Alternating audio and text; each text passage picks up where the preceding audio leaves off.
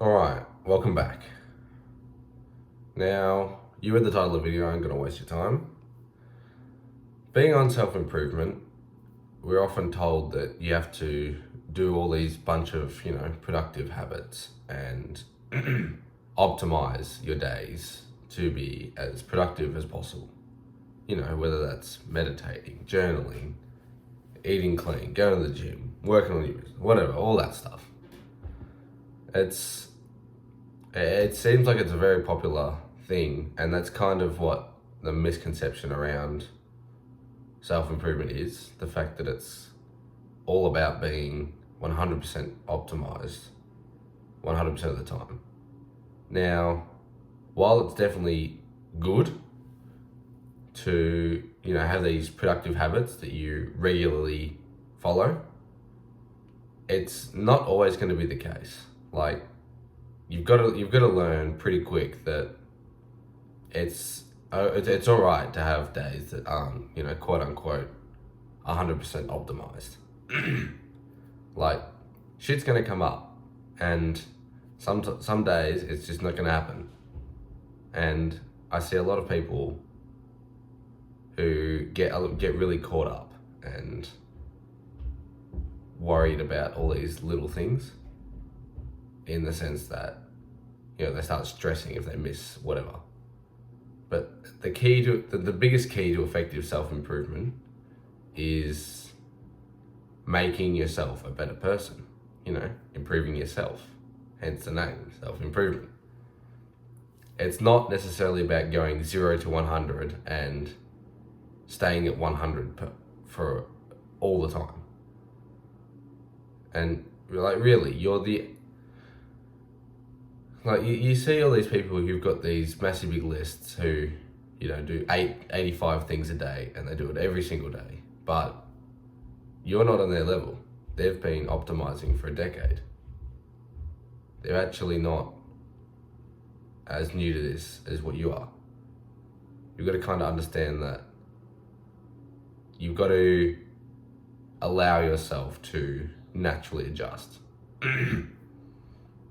Rather than just expecting yourself to be perfect all the time. Like, really, you're actually the only person that gives a shit if you miss a day of meditation, or if you only spend an hour on your work versus 3 normally. Like, really, I get the whole mentality that when the days you take off are the days your competition gets ahead. But how many people do you actually know who are on your level at your current situation who aren't missing days? And who aren't 100%, who are 100% optimized? God. Like, if you see all these big creators, you see, they've been doing this for ages. They've had time to go through the trials and tribulations of becoming super consistent on self-improvement. And so, again, you get caught up comparing yourself to those people who have been doing it a lot longer than you have. And, you hear stories of when they were your age. Like, they were fucking idiots. So technically, you're already ahead of them. But the only difference is they continued and they kept working. That's all you gotta do. And if you do work hard enough, you will pass them, literally. But you've just got to put in that time and understand that shit's gonna happen. Life gets in the way. That's one of my big philosophies on this channel in life, that I'm not gonna get caught up on ticking every box in self-improvement. I like to keep it as simple as possible and focus on the important shit, like getting my videos done on time and going to the gym and, the stuff that I get the most out of. And that's, I feel like, the biggest key with self-improvement. Rather than doing a bunch of, I'm not sure if you heard the analogy, if you imagine all your big important, it's a bit of a long analogy, But yeah, the big important things are these big, imagine they're like big round balls. And then you've got, your less important stuff is your smaller balls, and all the other shit is just, sand. And so if you fill up your jar of your day with the little shit and the unimportant tasks, the sand and the smaller balls, you won't have room for the bigger balls. But, pause. But if you put, the priority on the important tasks, the big balls, you can fit and then, the smaller tasks, the less important tasks, and all the other shit, it'll all fit in. So it's about kind of prioritizing and delegating and cutting off.